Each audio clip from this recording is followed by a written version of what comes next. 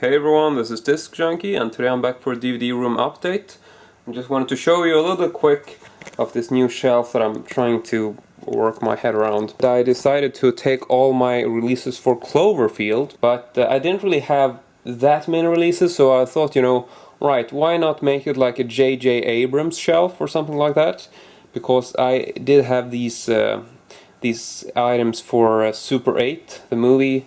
And I figured, yeah, J.J. Abrams, I know he didn't direct Cloverfield, but, everyone considers it to be like his movie or whatever, It's always being sold as, oh, it's the J.J. Abrams movie. Which, generally I don't really like it when they do that. I think that the director, Matt Reeves, in this case, should always have, like, the biggest, like, spotlight. I'm not big fan of that whole sort of, from the makers of, or from the producer, like, okay, from the producer, like, okay, the guy who gave money for the project, like, how is that, yeah, God, whatever. Here is the shelf that I put together, and as you can tell here, we got a couple of different releases for Cloverfield. So, first, in the background here, is a EC DVD exclusive Australian tin. Really like this tin, very good looking, and very thick and sturdy. Got a nice back cover as well. So that is in the back there. And then we have actually a Swedish steelbook, but this is a steelbook edition which has been released all over the world. I know it's out of print in many countries. Can't remember if it's out of print here in Sweden as well, but I think it might be. As you can tell, it just has the paper flyer on the back there, but very nicely designed steelbook.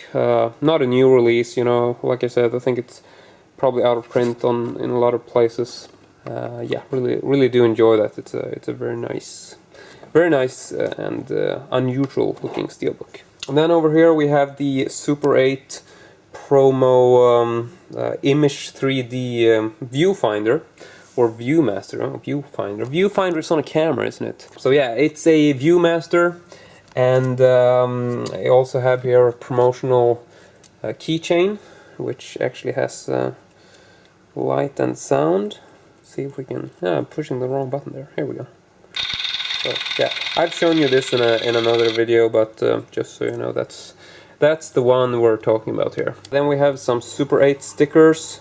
I bought the Viewmaster and the keychain on eBay, and there were also some stickers in the same package. So yeah, and then here we have something which a lot of people probably don't know about, and that is a Cloverfield audio press kit, which is from, I think it's from the UK. God, I forget now, but it actually comes in a super jewel case, which is kind of odd in itself. So yeah, it's basically just a, not even DVD, it's a CD or CD-ROM, which basically has just audio tracks with like some clips from the movie and like some interview footage. So it's a very odd press kit, which is, it's just an audio press kit, which I haven't really seen that for another movie, to be honest. So yeah, it's kind of odd, and I think I only found this like the one time on eBay, and never really saw one